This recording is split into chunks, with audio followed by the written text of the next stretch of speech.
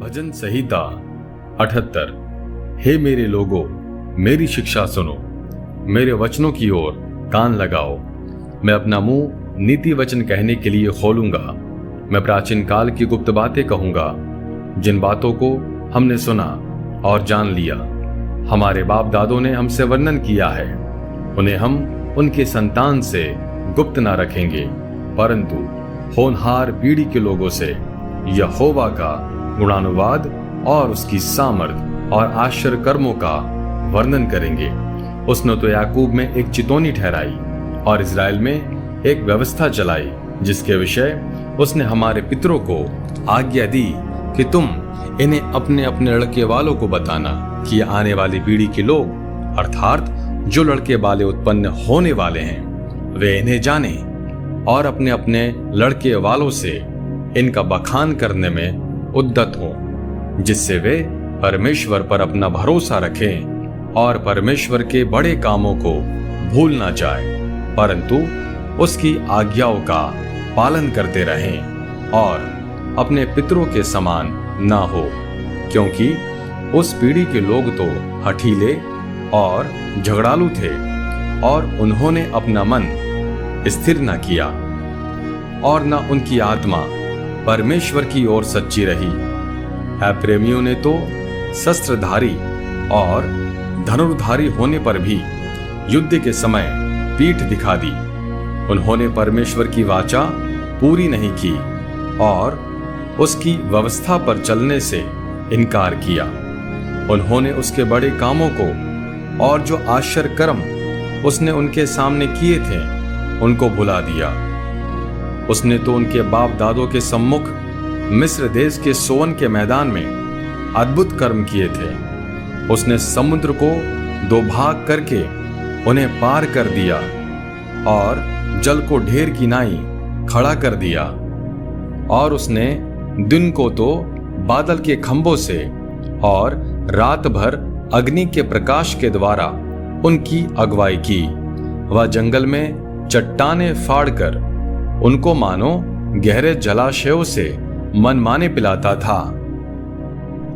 उसने चट्टान से भी धाराएं निकाली और नदियों का सा जल बहाया, तो भी वे फिर उसके विरुद्ध अधिक पाप करते गए और निर्जल देश में परम प्रधान के विरुद्ध उठते रहे और अपनी चाह के अनुसार भोजन मांगकर मन ही मन परमेश्वर की परीक्षा की। वे परमेश्वर के विरुद्ध बोले और कहने लगे, क्या परमेश्वर जंगल में मेज लगा सकता है? उसने चट्टान पर मार के जल बहा तो दिया और धाराएं उमड़ चली, परंतु क्या वो रोटी भी दे सकता है? क्या वह अपनी प्रजा के लिए मांस भी तैयार कर सकता है? यहोवा सुनकर क्रोध से भर गया। तब याकूब के बीच आग लगी और इज़राइल के विरुद्ध क्रोध भड़का, इसलिए कि उन्होंने परमेश्वर पर विश्वास नहीं रखा था, न उसकी उद्धार करने की शक्ति पर भरोसा किया।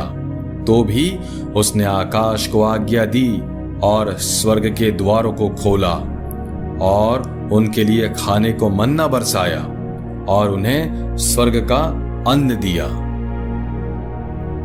उनको शूरवीरों की सी रोटी मिली। उसने उनको मनमाना भोजन दिया।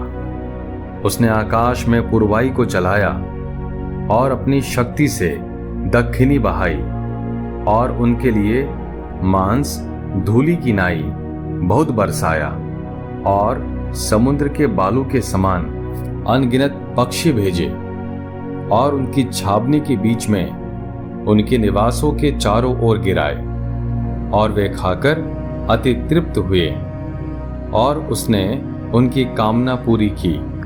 उनकी कामना बनी ही रही। उनका भोजन उनके मुंह में था कि परमेश्वर का क्रोध उन पर भड़का और उसने उनके हष्टपुष्टों को घात किया और इज़राइल के जवानों को गिरा दिया। इतने पर भी वे और अधिक पाप करते गए और परमेश्वर के आश्चर्य कर्मों की प्रतीत ना की। तब उसने उनके दिनों को व्यर्थ श्रम में और उनके वर्षों को घबराहट में कटवाया। जब जब वह उन्हें घात करने लगता तब तब वे उसको पूछते थे और फिर कर परमेश्वर को यत्न से खोजते थे। और उनको स्मरण होता था कि परमेश्वर हमारी चट्टान है और परम प्रधान परमेश्वर हमारा छुड़ाने वाला है। तो भी उन्होंने उससे चापलूसी की, वे उससे झूठ बोले, क्योंकि उनका हृदय उसकी ओर दृढ़ ना था, ना वे उसकी वाचा के विषय सच्चे थे। परंतु वह तो दयालु है, वह अधर्म को ढांपता और नाश नहीं करता। वह बार बार अपने क्रोध को ठंडा करता है और अपनी जलजलाहट को पूरी रीति से भड़कने नहीं देता। उसको स्मरण हुआ कि ये नाशवान है, ये वायु के समान है जो चली जाती और लौट नहीं आती। उन्होंने कितनी ही बार जंगल में उससे बलवा किया और निर्जल देश में उसको उदास किया। वे बार बार परमेश्वर की परीक्षा करते थे और इज़राइल के पवित्र को खेदित करते थे। उन्होंने ना तो उसका भुजबल स्मरण किया, न वह दिन जब उसने उनको द्रोही के वश से छुड़ाया था, कि उसने क्यों कर अपने चिन्ह मिस्र में और अपने चमत्कार सुवन के मैदान में किए थे। उसने तो मिस्रियों की नहरों को लहू बना डाला और वे अपनी नदियों का जल पी ना सके। उसने उनके बीच में डांस भेजे जिन्होंने उन्हें काट खाया, और मेढक भी भेजे जिन्होंने उनका बिगाड़ किया। उसने उनकी भूमि की उपज कीड़ों को और उनकी खेती बाड़ी टिड्डियों को खिला दी थी। उसने उनकी दाखलताओं को ओलों से और उनके गुलर के पेड़ों को बड़े बड़े पत्थर बरसाकर नाश किया। उसने उनके पशुओं को ओलों से और उनके डोरों को बिजलियों से मिटा दिया। उसने उनके ऊपर अपना प्रचंड क्रोध और रोष भड़काया और उन्हें संकट में डाला और दुखदाई दूतों का दल भेजा। उसने अपने क्रोध का मार्ग खोला और उनके प्राणों को मृत्यु से न बचाया, परंतु उनको मरी के वश में कर दिया।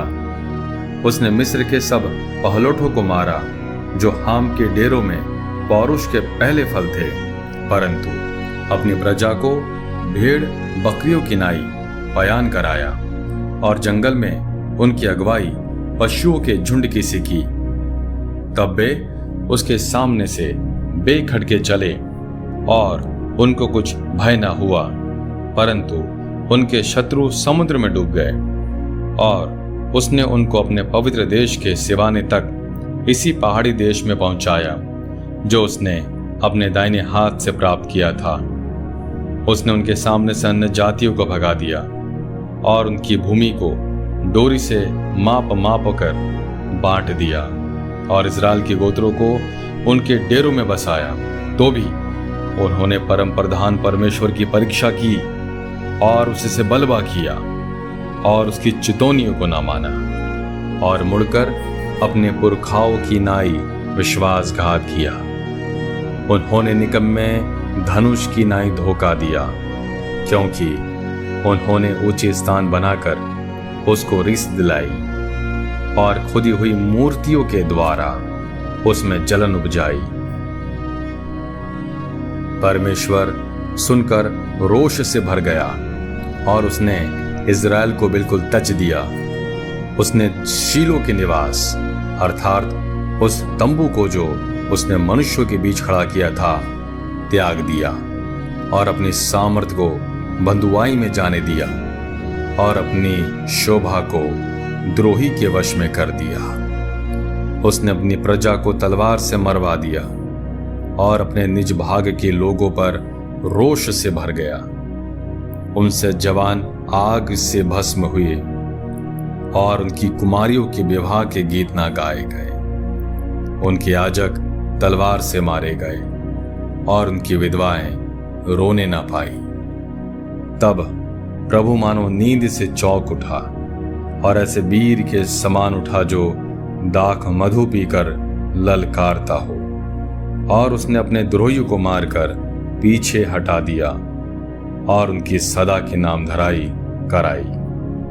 फिर उसने यूसुफ के तंबू को तज दिया और एप्रेम के गोत्र को न चुना, परंतु यहूदा ही के गोत्र को और अपने प्रिय सियोन पर्वत को चुन लिया। उसने अपने पवित्र स्थान को बहुत ऊंचा बना दिया और पृथ्वी के समान स्थिर बनाया, जिसकी नेब उसने सदा के लिए डाली है। फिर उसने अपने दास दाऊद को चुनकर भेड़शालाओं में से ले लिया। वह उसको बच्चे वाली भेड़ों के पीछे पीछे फिरने से ले आया कि वह उसकी प्रजा याकूब की अर्थात उसके निज भाग इज़राइल की चरवाही करे। तब उसने खरे मन से उनकी चरवाही की और अपने हाथ की कुशलता से उनकी अगुवाई की। आमीन।